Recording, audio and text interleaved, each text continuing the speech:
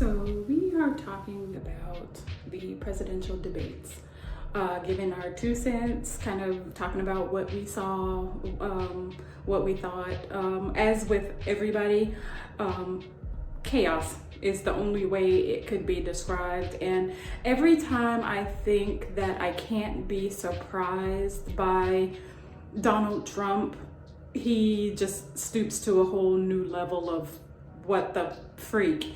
So one of the biggest things that came out was his refusal to condemn a right-wing group called the Proud Boys. The Proud Boys took the president's lack of dismissal as an endorsement.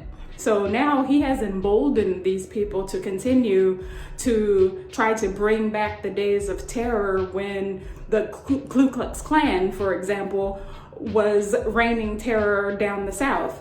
So what does that mean for us going forward as Americans? The very foundation and principles on which we're supposed to be governed by have been rocked to their core. It's very difficult when you listen to presidential candidates and presidential hopefuls get into squabbles and bickering and not be there for the American people as a whole. It's very disheartening, and I really hope that come November, the voters will cast their ballots and that justice will prevail, for lack of better ways to say it. I'm very concerned and actually heartbroken that we're here at this place and this time in 2020 that we're still having this kind of conversation.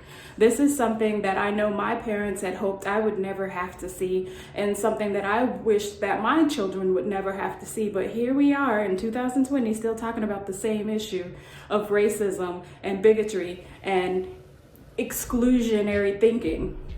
It's just disheartening, it's sad, it's pathetic, and we are supposed to be the leaders of the free world. But look at us now. It's very disheartening. So I pray come November that we get better, because we deserve better. We're a great country, we're a great nation, and we deserve better. We deserve to present better to the world. So I'm hoping that we'll be able to do that. So continuing on, talking about the debates, I was definitely not surprised how Donald Trump continuously interrupted Joe Biden during his speeches or during his answering of questions. It's kind of typical of his behavior. It's kind of typical of what we've seen from him. That did not surprise me, but what did surprise me is that it was a whopping 73 or 74 times that he interrupted. I know the board is talking about putting new policy in place to like either turn off microphones or something like that. Of course, the Trump camp is not very happy about that, but the Biden camp says they'll abide by whichever rules that are set in place. Imagine that, following the rules.